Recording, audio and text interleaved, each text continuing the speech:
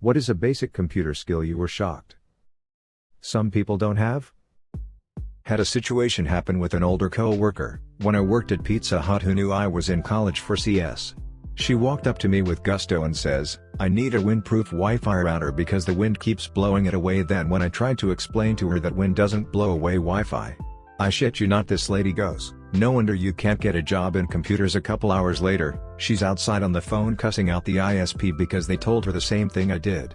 Turns it was orchestrated by her grandson telling her to ask for windproof routers. Like when your dad tells you to go into AutoZone to ask for blinker fluid. You don't know how many family members have asked me to come help them because something popped up. Then why is it popped up? Box says update will happen tonight. Me, there is an update coming, nothing to worry about. Them, oh wow, I'm so bad with this, I wish I understood it like you. It's in plain English, just read the screen, goddammit. Yes, this can be extremely annoying. I sometimes have to help friends do something simple on PC just because most of them apparently can't even read. I just don't get it. I once did a bit of tutoring for folk, and I remember one lady asked how she could open Word.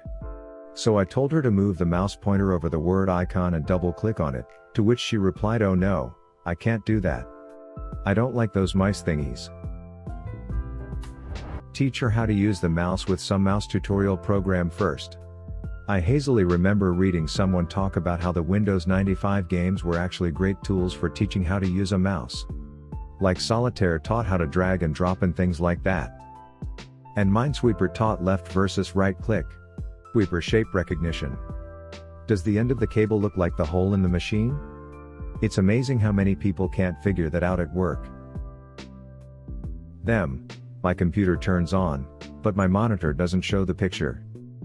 Me, is your monitor plugged in and connected to the back of your PC? Them, no, I needed to use that outlet so I unplugged it. Me. I worked tech support for an ISP and we had a storefront where customers could bring devices in for config. Had a lady once bring a router in with no power supply. She was dumbfounded and almost irritated when I told her I couldn't work on it. She said, "Why does it need a power cord? It's wireless." Wanted to kill myself daily at that job. My buddy has a customer come in and complain the phone they sold them died. The battery was just depleted, and the man was irate when told that he had to plug his phone and charge it every day. He tried to get a discount because he was told it was wireless, so he assumed it would just charge itself via magic cell signals or something, and then he complained that his old phone never needed charging. I assume his old phone was just a corded home phone or something. Been working with middle schoolers, aged 10 to 13, for the past year and a half. The number of problems listed as broken or it doesn't turn on and is simply a dead battery is outstanding. Is the cell phone that is kept in your locker throughout the entire school day fully charged? Yes. Then why not the computer you lug around class to class? How to close a effing browser? I had a colleague who complained about her computer being slow after lunch. Took a look, and it turns out she was using minimize instead of close after reading emails, had over 200 emails open. My coworker, a 36-year-old high school teacher, did something similar, except with actual apps/programs. She said her work computer had acting so slow for the past few months, so she asked me to take a look. Did a Command plus tab on her laptop and after like 5 seconds just a shitload of applications popped up. I'm talking programs she'd opened up last academic year. Similarly, her Chrome had probably like 100 tabs open. She also had about 4 megabytes of free hard drive space. Turns out, she had saved all of the Zoom sessions from last year's pandemic year, about 150 gigabytes worth, even though they were uploaded on our education platform. That poor machine was struggling. In about 30 seconds, I changed her life by making her computer functional again. My mom kept noticing that my stepdad would turn on caps lock to capitalize a sentence, but then forget to turn it off so his whole sentence would be in caps, and he would get frustrated and have to delete it and start over. She showed him about the shift button and how it'll capitalize that letter if you're holding it down. This just happened. Like last week. He's been employed in the legal system, think lawyer, clerk, prosecutor, etc., in my county for the last 40 plus years. He's been in an office setting this entire time. I'm in my 40s, I teach at a private elementary school. A teacher in her late 20s shared a Google Doc with me, and she had centered the title by hitting spacebar a bunch of times. Another teacher, around my age, wanted to know why Google Docs would not translate her document into Spanish. It was a JPEG with text on it. No one seems to know any keyboard shortcuts. Oh God, that centered one. That's what I used to do when I was 11 and using Word 98. Not recognizing a scam email when it's really obvious. Sadly, a lot of companies don't seem to realize what scam emails look like, so their own emails seem a bit fishy if they don't have someone's personal info. I had this when my GP texted me to get my vaccine. Sent from a personal mobile number, no hi, first name last name, or other directed info, and a message to click a random link. I googled it and turns out loads of other people were thinking the same thing because it looked like a scam. The company I work for actually creates phishing emails, and if somebody clicks on the links then they have to go through the phishing training again. If you hover above the link, it shows you the URL, and if you Google it, it straight tells you that it's a phishing training website. Reading? Seriously? Read the text and the dialogue and you'll know what to do in 99% of cases. 100% it's not like the olden days where your error messages were cryptic error 4072 quine, then I understand why you would call me and say what the F does that mean? But if it says error, printer out of paper, don't call me. I remember Googling error codes, and finding forum posts that went like this. I frequently get error code X and can't do Y, does anyone know how to fix it? Edit, fixed. No further explanation given. It has done too far the other way now. Most error messages I get these days contain zero useful information for diagnosing the problem. It is just crap like oops, something broke. Now. Oh yeah, I got pissed at Apple years ago because someone got a MacBook and it would not connect to Corpu Wi-Fi and UI only said can't connect to Wi-Fi, contact system administrator.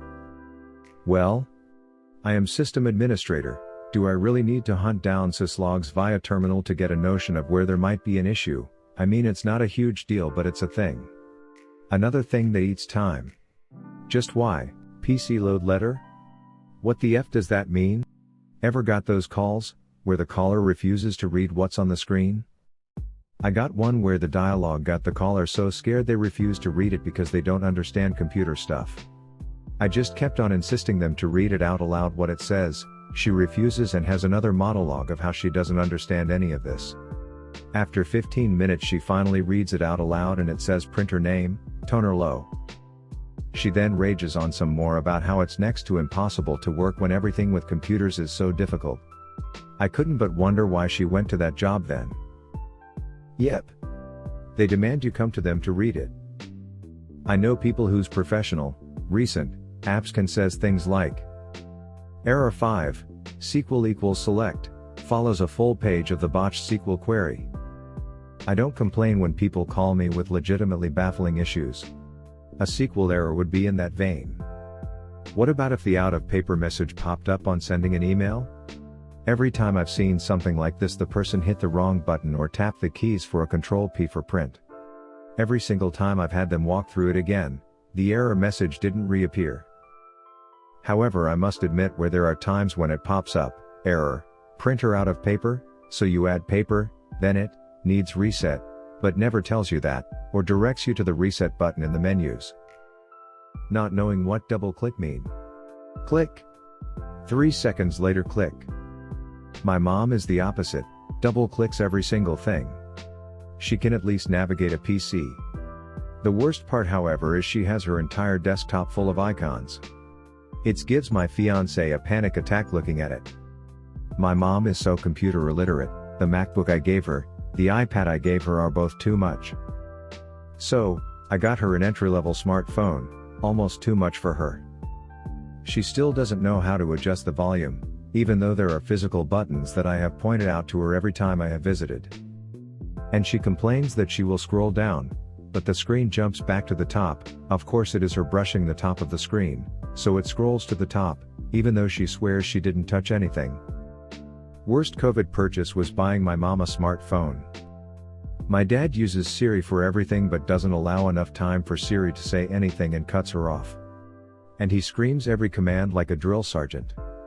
Siri, find the nearest gas station.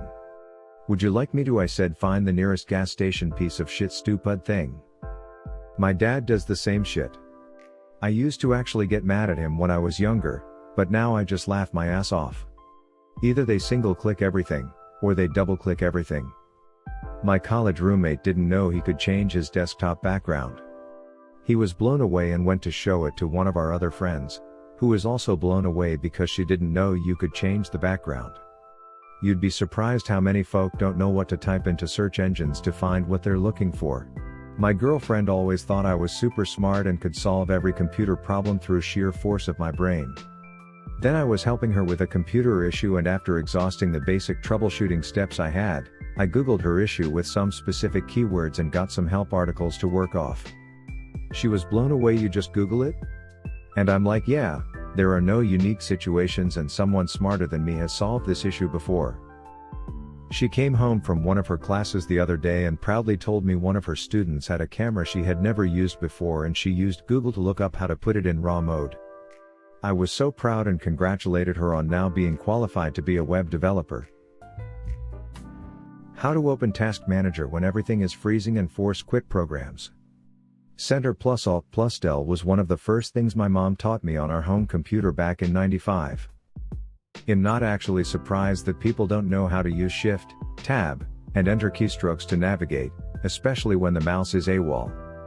But it's one of those skills that just makes using a computer easier. I'm 43 and grew up when computers were newer and we were all very well versed in how they work and so forth. When I began my career in my 20s, I was somewhat of the tech guy.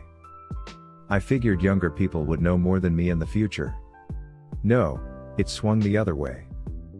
Example, I work with an intelligent woman who is 26 to 29 years old. She was on her laptop and said out loud in a meeting, "Hey, and now I know how to copy and paste. I can just copy and paste this a few times and make minor changes along the way."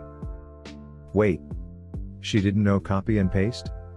And she graduated from university? It's not uncommon. There's a lot, but I meet more people who lack basic file navigation than anything else. Had several people ask the Discord of a game I play for help with modding said game, but they can't follow the instructions I wrote on the wiki, and the ones the mod loader provides, nor know how to so much as open File Explorer. A ton of people also don't know how to take screenshots with the Windows plus Shift plus S shortcut, but that is a bit more niche. It does let you quickly paste them though, so that's nice. You can also open clipboard history with Windows plus V. How to use Excel. Went to a job interview and they asked me about Excel and how would I rate myself. I asked them to clarify, like basic spreadsheet functions, formulas or programming in Excel.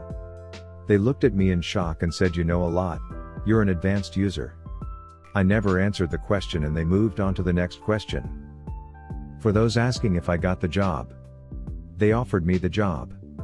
But I went with another place that had better opportunities. I'm a programmer but not in Excel. Every time I try to do something in it I need to Google. Give yourself some credit, man. I'm currently in a How to Use Computers course because it is a required prerequisite for my degree, and the amount of people in it who don't know how to use basic things like copy and paste, the search bar, settings, etc. is mind-boggling. For a while I thought every person from the new generation would be 100% literate in computers, but ever since smartphones became a thing I'm seeing a lot of young people with the same issues my grandparents had. People underestimate the power of the control key.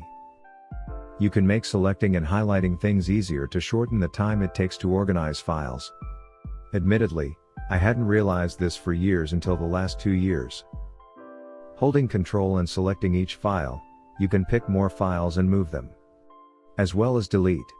The almost automatic assumption by some people that every screen is a touchscreen really gets me. I see it across age groups and levels of computer literacy too. Consider subscribing this video if you enjoyed and wish to see more. Thanks for watching.